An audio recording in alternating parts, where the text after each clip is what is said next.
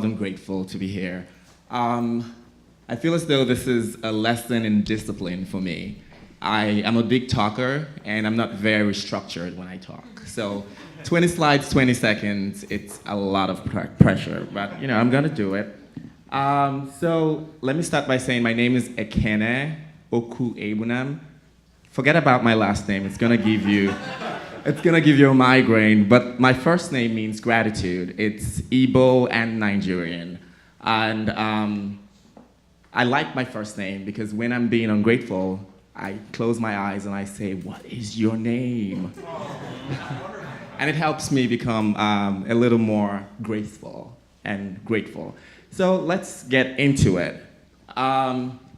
So I remember at 16, some of you might think back on your lives and think about like the biggest dream you've ever had, what it was. And I'm sure that dream has changed from time to time as you have matured and evolved.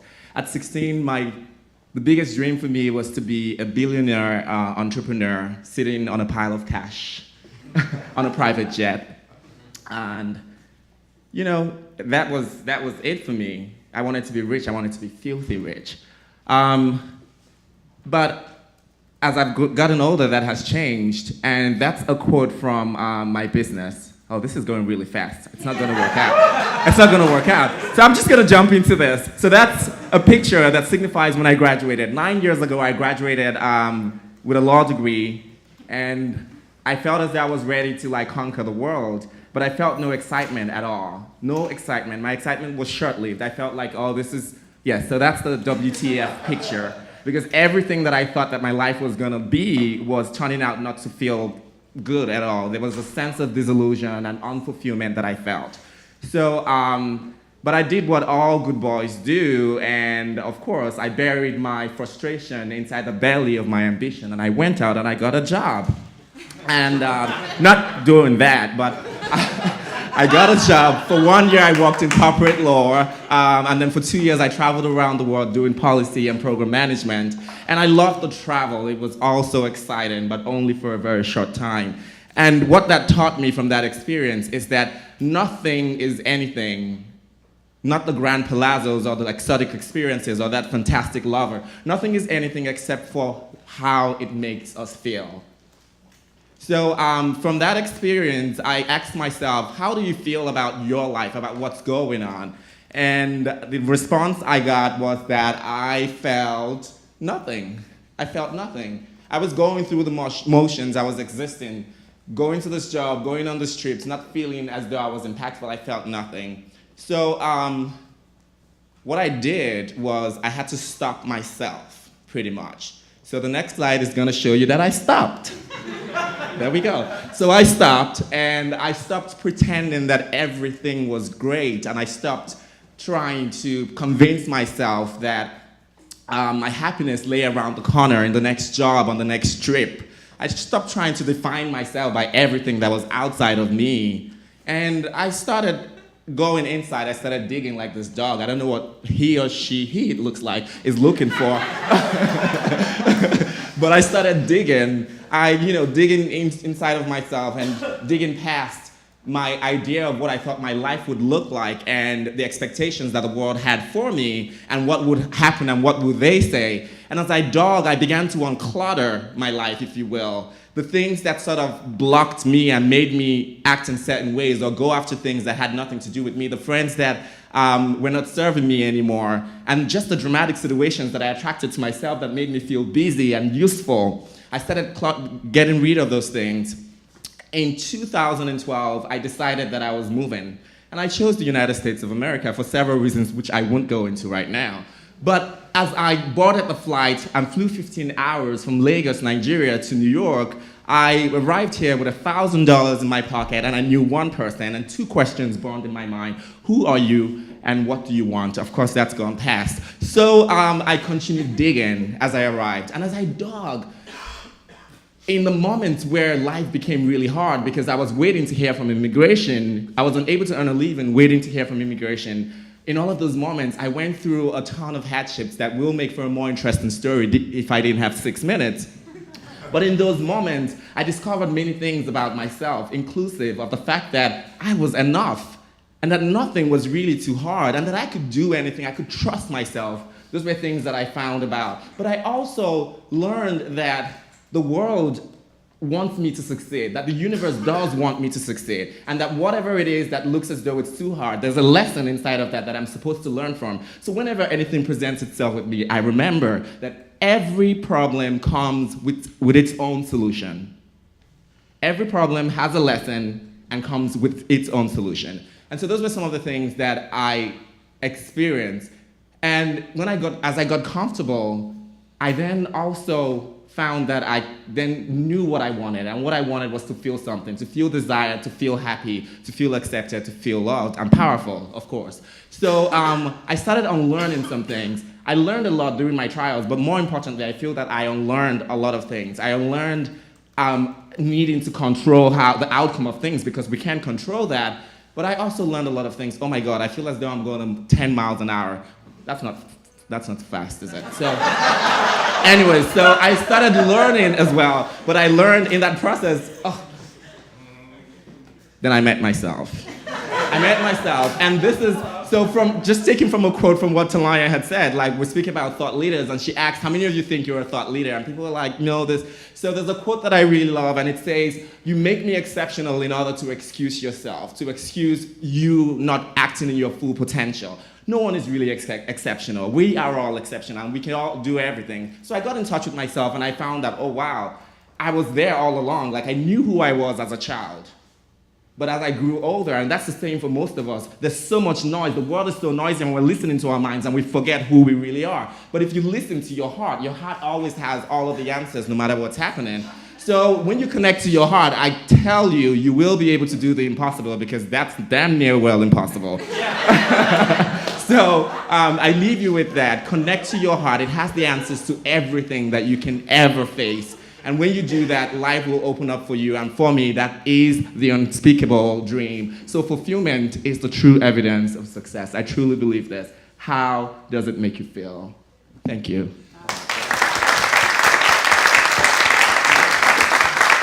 Thank you, Ekene. So, Ekene, stay up. Okay, so now we're opening it to 5-minute Q&A for anybody that has questions or wants to dive into it a little bit more. Again, like Talanya was saying, this is meant to be very interactive so that we're not just standing and delivering, so that we can get kind of a whole group interactivity here. So, okay. Are you glad that you did choose the United States, or? I would have been fine wherever I went, whether it was Somalia. I find that it's everything that you need is within you. Everything that you really need is within you. So yes, I am glad that I chose the United States, but maybe not for the obvious reasons. I mean, I have made a home here, so definitely it's, but I think I would have been good anywhere I went. Thank you. How long did the $1,000 last you? Oh, Lord. So part of what I was going to say is I got to the point where I had to choose between a warm coat and food. Wow. Yeah. So I had to stretch it out. And one of the things I remember was having only $50 and feeling super depressed, and someone asked me to go out, and I went out with them. And we went to, at the time, there was a place called, G Lounge was there at the time. We went to G Lounge, we got in there, I bought a drink, about $10. He got bored, he wanted to go somewhere else. I went with him, I spent some extra money, I had only $20 on me, and when I rode the subway to go to the city, I had $5 on my card, $2.25 to go to the city, $2.25 to head back home. And when I was heading to the corner store, when I headed back home, I found that the $20 was gone. It was all gone.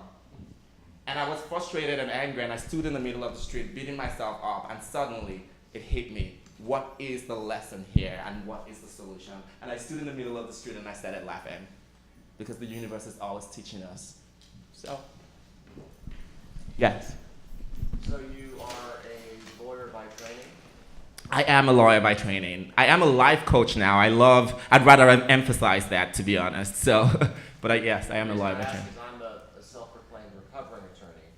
And I wanted to know, from one lawyer to another, how did your education formally help you navigate the path that you took once you came here, and what lessons did you draw from that education, if any?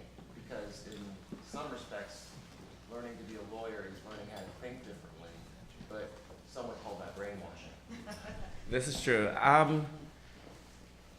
That's an interesting question for the reason that I have come to believe that everything that we experience is always preparing us for where we're supposed to go and what we're supposed to be doing. Everything.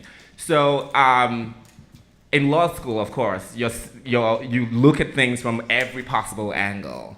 And in law school, I was really very interested in, if I was ever to practice law, I'd probably be a trial attorney, because I love the idea of like figuring stuff out.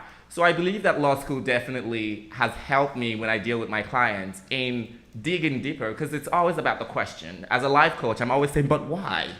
Why do you want to do that? You know, I'm always trying to push people to find the answer within themselves. And so I feel law school definitely equipped me with like that skill, even though I think I kind of am naturally inquisitive. Okay, so we have time for one more quick question. Anybody else have another question? I have a question, Yes. and I'm gonna anchor Spire to it because that's why I'm here. So one of the reasons why we started Spire was to make sure that we were creating resources that would allow for fulfillment in the individual and to allow for people to find their purpose. And there are a lot of tools and resources out there that you can invest in to find that. And if you're lucky enough to have access to those, resources, you can find fulfillment. But my question for you is what makes you feel fulfilled? Personally? You tell me. Well, what makes you feel fulfilled? The only true answer I have to that is that you know in your gut.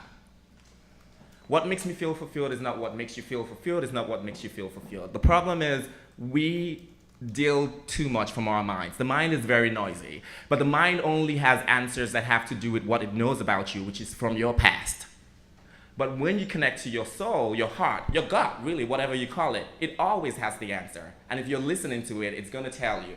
You're going to feel fulfilled because you're going to feel at peace. If you're always having to rationalize it, you're not fulfilled. So everyone needs to find their own fulfillment, but it's really trying to learn how to think differently and be aware. Always listen, which is why meditation is so wonderful. Your Honor, redirect. You answered the question. That is funny. What is your answer to that question? So my answer to that question, what makes me feel fulfilled, what I'm doing now makes me feel fulfilled. To be a life coach. So I'd like to say that I reinvented myself. And for me, right now, I like to say that the greatest fulfillment is to see other people triumph. So when I watch America's Got Talent, and I see all the crazy stuff they do on there, and I'm sitting in my living room and I'm bawling, like, oh, he did it. I love it. I love it. It makes me feel fulfilled. So working with someone to step into the next level of their greatness and just do something amazing, to let them know that, no, Bill Gates and Oprah Winfrey, they're not exceptional. They have just stepped into their own level, and you can do it too. Thank you. So I've had amazing conversations with the King, so that's why we really wanted to bring him in. He's brilliant. He's an incredible life coach, and like Talanya was saying, she's worked with Tony Robbins for many years, who's the coach of all coaches. I've had a life coach for 10 years, and I think both of us can agree it's been the most transformative experience that we've both had. And so that's really baked into what Spire is, and that's why it was important for us to have a life coach that represented that here on stage. So thank you, Ekene. Thanks so much, Ryan. Thanks, Talanya. Thank you.